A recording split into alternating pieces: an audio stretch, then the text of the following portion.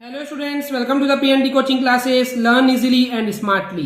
तो आज हम देखने वाले एक क्वेश्चन जिसमें बोला गया है analyse the following observation table showing variations of image distance v with object distance u in case of a convex lens and answer the questions that follow without doing any calculation।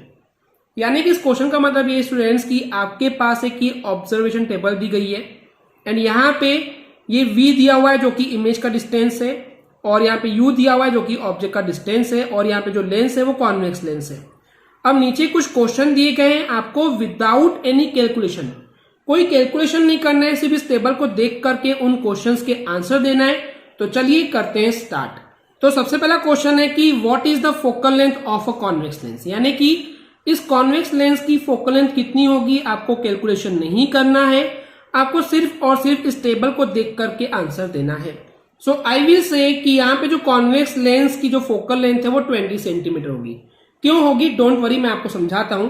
आप इस table पे पहले देखिए कि दोनों value same कहां पे है।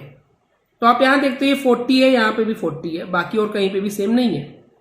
तो इसका मतलब क्या होता है, आपको कॉन्वेक्स लेंस के बेसिक रूल वाले लेक्चर में हमने आपको बताया था स्टूडेंट्स कि जब ऑब्जेक्ट जो है अगर उस कॉन्वेक्स लेंस के सेंटर ऑफ कर्वेचर पे रखा होता है तो उस समय उस ऑब्जेक्ट की इमेज भी दूसरे साइड पे सेंटर ऑफ कर्वेचर पे ही बनती है। ओके, यानी कि यहां पे समझ में आना चाहिए कि जो सेंटर ऑफ कर्वेचर है इस लेंस का वो है 40, क्योंकि ये रूल ही है ना कि कॉन्वेक्स लेंस में अगर आप ऑब्जेक्ट को सेंटर ऑफ कर्वेचर पे रखते हो तो उसकी इमेज भी सेंटर ऑफ कर्वेचर पे ही बनती है, यानी कि डिस्टेंस तो हो गया सेम। तो यहां पे जो 40 है वो सेंटर ऑफ कर्वेचर है।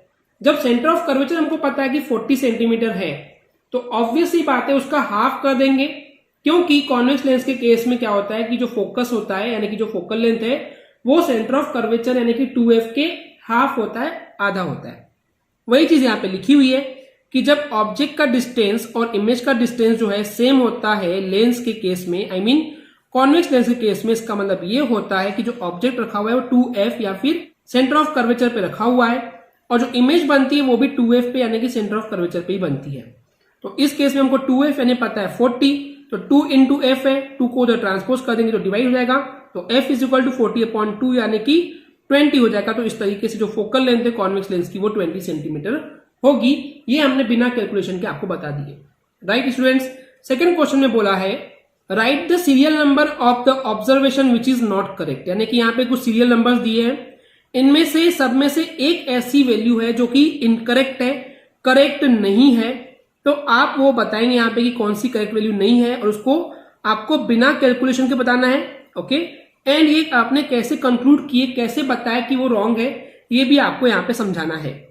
तो मैं जब इन वैल्यूज को देखा स्टूडेंट्स तो मेरे को समझ में आया कि जो 6th वाला नंबर है फिर -15 के लिए +120 नहीं होना चाहिए, ये रॉन्ग है।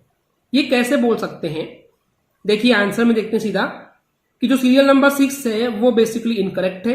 एंड ऐसा इसलिए क्योंकि जब ऑब्जेक्ट को हम प्लेस कर रहे हैं 15 सेंटीमीटर, अब देखिए अभी हमने क्या बताया कि इस लेंस का जो फोकल लेंथ है वो 20 सेंटीमीटर है।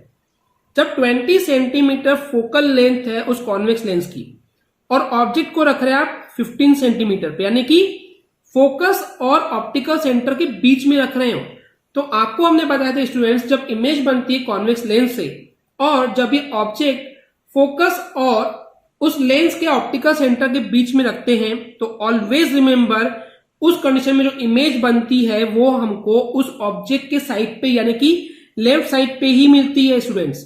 एंड वही चीज यहाँ पे लिखी हुई है कि क्योंकि यहाँ पे जो ऑब्जेक्ट है वो फोकल लेंथ और लेंस के बीच में रखा हुआ है तो जो इमेज बनेगी वो सेम साइड जिधर ऑब्जेक्ट रखा हुआ है यानी कि निगेटिव साइड पे, लेफ्ट साइड पे मिलेगी। तो उस कंडीशन में यहाँ पे जो वैल्यू आनी चाहिए थी वो माइनस यानी कि निगेटिव होनी चाहिए थी, लेकिन क्योंकि यहाँ पे पॉजिटिव है तो ये रॉन्ग हो जाता है एंड इस वजह से हम बोल सकते हैं कि जो 6 नंबर की एंट्री है वो रॉन्ग है।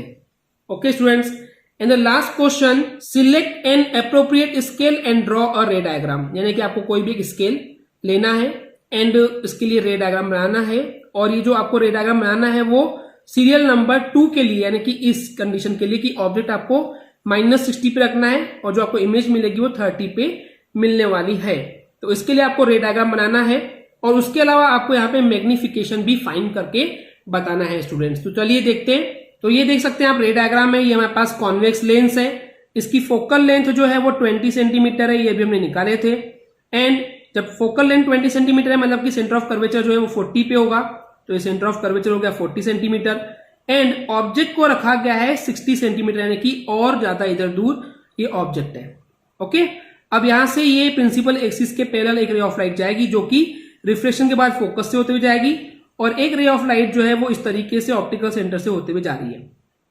ओके, तो इस तरीके से सिंपली स्टूडेंट्स हम यहाँ पे रे डायग्राम बना देंगे। अब आप देख सकते हैं कि जो इमेज है वो फोकस और सेंटर ऑफ कर्वेचर के ठीक बीच में बन रही, मतलब कि 20 सेंटीमीटर फोकल लेंथ थी, तो ये 20 प्लस ये 20 ये था, पर हमको हाफ लेना है 10, तो 20 प्लस 30 यानी कि 30 सेंटीमीटर के डिस्टेंस पे हमको यहाँ पे इमेज मिल रही है, जो कि यहाँ आप देख सकते हैं।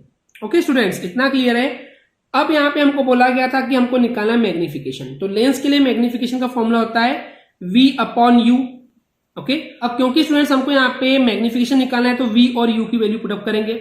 तो उस टेबल में हमने देखे थे कि जब सेंटर ऑफ कर्वेचर पे यानी कि 2f पे जब ऑब्जेक्ट रखते हैं तो उसकी इमेज भी 2f पे मिलती है, यानी कि 40 सेंटीमीटर दूर पे मिलती है।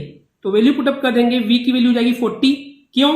क्योंकि ये हमको राइट साइड पे मिल रही है, तो V जो जाएगा 40 हो जाएगा, लेकिन ऑब्जेक्ट को हम लेफ्ट साइड पे रखते हैं तो ये -40 हो जाएगा, 40 से 40 कैंसिल, तो 1 यानी कि -1।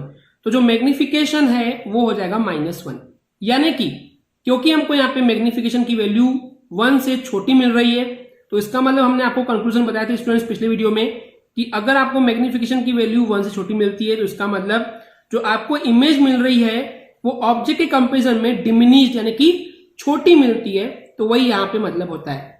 तो ऑलवेज रिमेंबर स्टूडेंट्स की मैग्निफिकेशन की वैल्यू अगर 1 से छोटी मिलती है तो आपको जो इमेज मिल रही है वो छोटी मिलेगी ऑब्जेक्ट के कंपेरिजन में। ओके स्टूडेंट्स, आई होप आपको ये क्लियर हो गया होगा। अगर आपको हमारी वीडियो से कुछ भी सीखने मिला या नॉलेज मिला तो प्लीज हमारे चैनल को सब्सक्राइब कीजिए एंड वीडियो को लाइक जरूर करें। आज के लिए इतना ही, थैंक यू।